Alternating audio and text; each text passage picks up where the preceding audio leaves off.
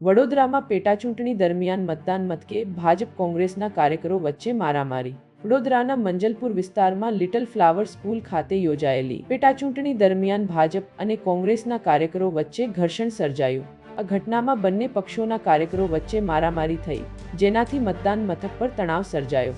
ઘટનાને પગલે સ્થાનિક પોલીસ, સેન્ટ્રલ ફોર્સ અને એસઆરપીના જવાનો તાત્કાલિક સ્થળ પર દોડી આવ્યા। પોલીસ દ્વારા સ્થિતિને નિયંત્રિત કરવામાં આવી અને મતદાન પ્રક્રિયા પુનઃ શરૂ કરવામાં આવી। આ દરમિયાન પોલીસ દ્વારા કોંગ્રેસના વોર્ડ પ્રમુખની અટકાયત કરવામાં આવી હોવાનું જાણવા મળ્યું છે। આ ઘટનાના પગલે સ્થાનિક રાજકીય પરિસ્થિતિમાં તણાવ વધી ગયો છે અને બંને પક્ષના કાર્યકરો વચ્ચે આક્ષેપો કરવામાં આવી રહ્યા છે। ભાવિ સોલંકી, નીડ 24 ન્યૂઝ, વડોદરા।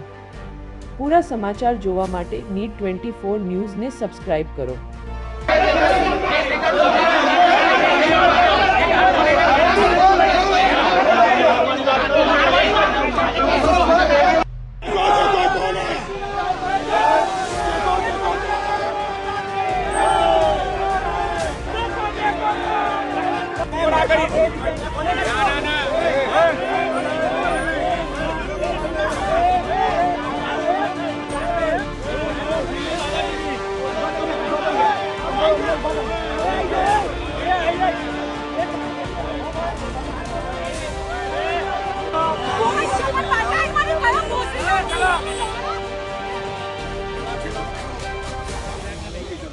खड़ा जाओ।